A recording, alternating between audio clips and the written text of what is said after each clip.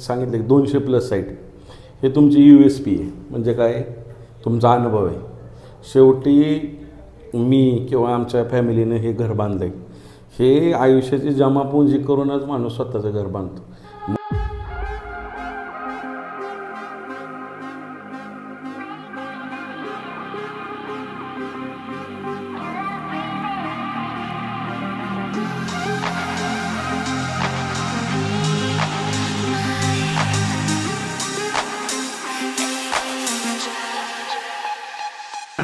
नमस्कार, मी अनुराज नलवडे. आमचे मित्र अमोल फडतरे सर यांची आज साईट पूर्ण झालेली आहे. या साईट पूर्ण झाल्यानंतर त्यांचा आपण रिव्ह्यू घेत आहोत. त्यासाठी आपण सरांचं वरद कन्स्ट्रक्शनतर्फे तर स्वागत. धन्यवाद. तर काही प्रश्न तुम्हाला विचारतो, त्याचे जेन्युइन उत्तर आम्हाला अपेक्षित आहेत. की पहिला प्रश्न असा की वरद कन्स्ट्रक्शन निवडण्यामागं तुमचं काय कारण होतं? सगळ्यात महत्त्वाचं तुम्हाला सांगायचं हे की वरद कन्स्ट्रक्शनला जे तुम्ही आत्तापर्यंत सांगितले की 200+ साईट हे तुमची USP आहे. म्हणजे काय, तुमचा अनुभव आहे. शेवटी मी किंवा आमच्या फॅमिलीनं हे घर बांधलं आहे. हे आयुष्याची जमापुंजी करूनच माणूस स्वतःचं घर बांधतो. मग ते स्वतःचं आयडियल घर कसं असावं ह्याचा रोडमॅप तुम्ही देता वरद कन्स्ट्रक्शनमध्ये. उदाहरणार्थ की साईट सिलेक्शनपासून साईट डिझायनिंगपासून ते पूर्ण आर्किटेक्चर डिझायनिंगपर्यंत प्रत्येक लेवलमध्ये स्टेजमध्ये जो तुमचा गायडन्स आहे आणि जो तुमचा अनुभव आहे त्या अनुभवातूनच माणूस शिकतो. आणि त्याचं तुम्ही खरे प्रकारे योग्य प्रकारे तुमच्या शेवटच्या कस्टमरपर्यंत तुम्ही ते झोकून स्वतःचं काम म्हणून करता. आणि ते आज आमची एवढी मोठी इमारत उभी राहिली हे तुमचा अनुभव, तुमची कसोटी आणि केलेलं काम. आणि आम्ही आमचं आत्मीयतेने त्याला तन मन धन ह्या ज्या दोन्ही गोष्टीचं कॉम्बिनेशन झाल्यानंतर चांगलं काम होतं. आणि त्याचं आज मूर्तिमंत उदाहरण म्हणजे आमची वास्तू आहे. म्हणून आम्ही वरद कन्स्ट्रक्शनला सिलेक्शन केलं. त्यानंतर जे स्ट्रक्चरल स्टॅबिलिटीसाठी जे तुम्हाला आज डिझाईन दिलं त्याबद्दल तुमचं काय मत आहे? की त्यामध्ये आम्ही वरद कन्स्ट्रक्शनने कुठं हलगर्जीपणा केला का? किंवा साईटवरती जे लेबर तुमच्या काम करत होते त्या लेबरची काम करण्याची पद्धत, त्यांना तुमच्याबरोबरचा संवाद, या मटेरियलबाबतचा विषय याबाबत तुम्ही थोडंसं ब्रीफमध्ये एक्सप्लेन केलं तर बरोबर. आता मी पहिल्याच प्रश्नामध्ये तुमचं उत्तर दिलं ह्या प्रश्नाचं की तुमचा जो अनुभव आहे त्या अनुभवाच्या बेसवरती मला माझं घर सुरू होतानाच माझ्याकडे माझा बँक बॅलन्स काय पाहिजे. त्यामुळे तुम्ही आर्किटेक्चर डिझायनिंग दिल्यानंतर की मला त्याला लागणारं सिमेंट असेल, खडे असेल, जे मी एस्टिमेट सुरुवातीला एस्टिमेट दिलेलं तुम्ही त्यामध्ये काय बदल झाला का? हां, ते जे एस्टिमेट दिलेले ते तंतोतंत मॅच झालं म्हणजे शेवटच्यापर्यंत. फक्त आम्ही एक स्वतःचं घर म्हणून जे काही कलरमध्ये असेल, कॉम्बिनेशनमध्ये किंवा जो 3D डिझाईन तुम्ही दिलेला आम्हाला सुरुवातीला ते 3D डिझाईननुसारच घर बनवले. इव्हन त्याच्यावरून बेटर बनलं गेलं का, तर ते आपण ज्या पद्धतीनं अनुभवताना म्हणतात की लोक शिकतात त्या पद्धतीने केलं. स्ट्रक्चरल तुमचं डिझायनिंग असेल, त्यानंतर तुमचे जे मित्र आहेत आर्किटेक्चर ऋषिकेश जाधव साहेब त्यांनी डे 1पासून सहकार्य केलं. तुमचे लेबर असतील, त्यांचं काम असेल, काम करण्याची पद्धत असेल, बाबा कुठं चुकत असेल तरी ते आज शेवटी तुम्ही घराची डिझायनिंग बघितली तर कुठंही एक कोरी कट नाही. जसं प्लॅस्टर पाहिजे तसं प्लॅस्टर आहे, जसा कलर पाहिजे तसा कलर, लाईट पाहिजे तशी लाईट आहे, डिझाईन पाहिजे तसं डिझाईन. तुम्ही घराला कराल तेवढं कमी. हा तुमचा अनुभव आणि USP वरद कन्स्ट्रक्शन हे माझं मत आहे. आता साईट सुपरविजन जे माझं वैयक्तिक साईट सुपरविजन राहतं वरद कन्स्ट्रक्शनच्या, म्हणजे प्रत्येक साईटवरतीच राहतं. तर तुम्हाला काय असा अनुभव आला की साईट सुपरविजनमध्ये कसं कोणत्या पद्धतीने आम्ही केलं आहे आणि त्यात काय इम्प्रूव्हमेंट करायची काही गरज आहे का? काय ह्या गोष्टी काय वाटतात तुम्हाला त्याबद्दल? आता सगळ्यात महत्त्वाचं की ते तुमचा कामाचा भाग आहे. साईट सुपरविजन तुमचं नॉलेज आहे, तुम्ही BE सिव्हिल केले, 200+ घर, त्यामुळे तुम्हाला माहिती आहे की बाबा फाउंडेशनपासून ते पूर्ण स्लॅब लेवलपर्यंत प्रत्येक ठिकाणी तुमचं सुपरविजन योग्य आहे. तुम्ही तिथं वेळ देता का तर 100% देता का, तर तुम्हाला माहिती आहे ज्या ठिकाणी वेळ द्यायचा आहे तिथं थांबून तुम्ही वेळ देता, कामगारांच्या मागं लागून काम करून घेता. त्यामुळं अशा कुठं बरं जी साईडला तुम्हाला गरज आहे, आता उदाहरणार्थ आमच्या इथे सांगितलं की बाबा पावसाचा पाण्याचा विषय असेल किंवा काय असेल, त्याच्यासाठी तुम्ही फाउंडेशन बनवताना त्या पद्धतीने बनवलं, त्याची हाईट त्या पद्धतीने दिली. म्हणजे आज रोडची हाईट आणि आमच्या घराची ते फाउंडेशनची हाईट 5 फूट आहे. म्हणजे एवढ्या लेवल ठेवून तो खर्च झाला, पण भविष्याचा विचार करून ह्या गोष्टी केल्यामुळं काही अडचण येत नाही. त्यामुळे वास्तू पण उंच दिसते, चांगल्या प्रकारचे काम झालेलं आहे असं आम्ही मानतो. तुमच्या घरामध्ये जे आम्ही आता सगळ्या मॉड्युलरच गोष्टी आपण इथं लग्झरीज केलेल्या आहेत, त्यामध्ये तुम्हाला एक सगळ्यांपेक्षा डिफरंट बाथरूमचा एक्सपिरियन्स दिलेला आहे. 100%. त्या बाथरूमच्या ज्या डिझाईनबद्दल किंवा ज्या तुम्हाला आम्ही फ्युचर्स ॲनिमिटी दिलेले आहेत त्याबद्दल काय तुमचं मत आहे?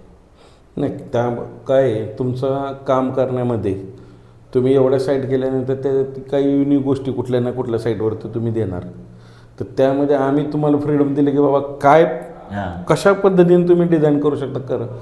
त्या पद्धतीने तुम्ही युनिक आमचं बाथरूम बनवलेलं आहे. म्हणजे सगळ्यांनी येऊन अनुभव घ्यावा अशा पद्धतीचं ते आहे की बाबा नक्की काय आहे. कारण अजून त्यात मॉडिफिकेशन बरेच करायचे आहेत, पण ते टप्प्याटप्प्याने होत जातील. पण छान अनुभव आहे आणि प्रत्येक जणांनी साईटवरती त्या पद्धतीने डिझाईन करून घेतलं तर भविष्यामध्ये तुम्हाला जे पुढं जाऊन काही असं वाटणार आहे की नाही बाबा हे मी आत्ताच जर दुरुस्त केलं असतं तर भविष्यामध्ये रिग्रेट येणार नाही त्या गोष्टीचं. अशा पद्धतीने युनिक डिझाईन आहे आणि शांतता संयम छानपैकी वाटतं. आपण आहे ना फर्स्ट फ्लोअरला तुम्हाला एक कन्सेप्ट आम्ही सांगितलं होतं की आता जिथं आपण बसलेलो आहे ओपन सिटिंग हॉल, याबाबत तुमचं काय मत आहे की ओपन सिटिंग हॉल हा आपल्या ग्रामीण भागात तर हा फर्स्ट टाइम तुमच्या इथं आपण कन्सेप्ट राबवलेला आहे.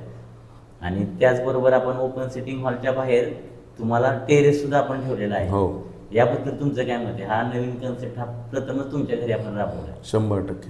ह्यातून काय होतं, समजा जे आपले गेस्ट येत आहेत किंवा तर त्यांचा जास्त जरी गेस्ट असली तर हॉलमध्ये बसतात. पण ओपन सिटिंग हॉलला समजा terrace plus open sitting hall म्हणजे हा अनुभव असा आहे की तुम्ही कधी आला, तुम्हाला शांतता पाहिजे, व्यवस्थित रिलॅक्सेशन पाहिजे, तर तुम्ही एक 4-5 वाजता येऊन छानपैकी चहा कॉफी किंवा तुमचे कोण गेस्ट आले त्यांच्याबरोबर बसून, का तो ओपन स्पेस असल्यामुळे पुढे हा फ्रेंच डोअर दिलेला आहे तुम्ही.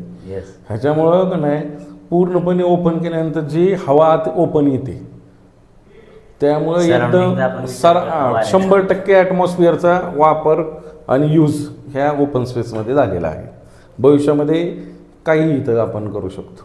आता शेवटचे 2 प्रश्न. कन्स्ट्रक्शन व्यतिरिक्त आम्ही तुमच्या घरामध्ये तेवढ्याच अधिकाने इंटिरियरचं पण काम केलेलं आहे, जे आता आपल्याला पूरक इंटिरियरच्या गोष्टी आहेत, उदाहरणार्थ बेड वॉर्डरोब असू द्या, त्याबद्दल तुमचं काय मत आहे? 100% काही गोष्टी ह्या आपण आपल्या पद्धतीने करतो. ज्या तुम्ही तुमच्या डिझायनिंग असेल किंवा इंटिरियर असेल नाविन्यपूर्ण गोष्टी जो तो करण्याचा प्रयत्न करा, त्या पद्धतीने तुम्ही हे दिल्या आणि ते बघितल्यानंतर किंवा तुम्हाला आता व्हिडिओत ज्यावेळेस ते बघतील तुमचे जास्तीत जास्त क्लायंट बघतील किंवा नवीन कस्टमर अट्रॅक्ट होते, त्यावेळेस ते खरंच ही डिझाईन किंवा ह्या गोष्टी कशा बनवल्या आहेत, काय केले आहेत हे बघण्यासाठी 100% येतील. का तर तेवढं त्याला लूक किंवा तेवढा गोष्टी. आणि तुम्हाला मी पहिलंच सांगितलेलं आहे, तुम्हाला कोणतीही वस्तू तयार करताना तुम्हाला तन मन धन ह्या 3 गोष्टी वापरून कराव्या लागतात.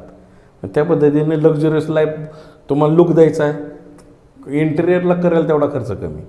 बरं, आता आम्ही अजून करतच बसतोय, संपलेलं आता शेवटचा प्रश्न आहे की आमच्या जे नवीन कस्टमर आहेत त्यांच्यासाठी हा प्रश्न विचारतोय की हे घर किती स्क्वेअर फूटचं आहे आणि किती रुपयांमध्ये हे घराचं काम पूर्ण झालेलं आहे? आता मला वाटतं टोटल 2860 किंवा 2850 ते टेरेस हे केल्यामुळे.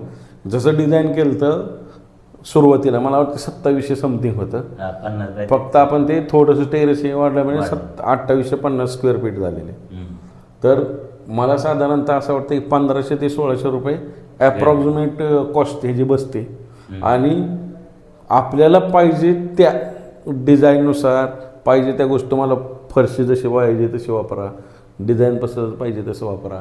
सिमेंट स्ट्रक्चर वाळू काय पाहिजे तसं 1500 ते 1600 तुम्हाला चांगलं जर करायचं असेल बिनधास्त ह्यांच्यावरती विश्वास ठेवून तर 100% तुम्ही ह्या कॉस्टला चांगल्यातलं चांगलं घर बनवू शकता.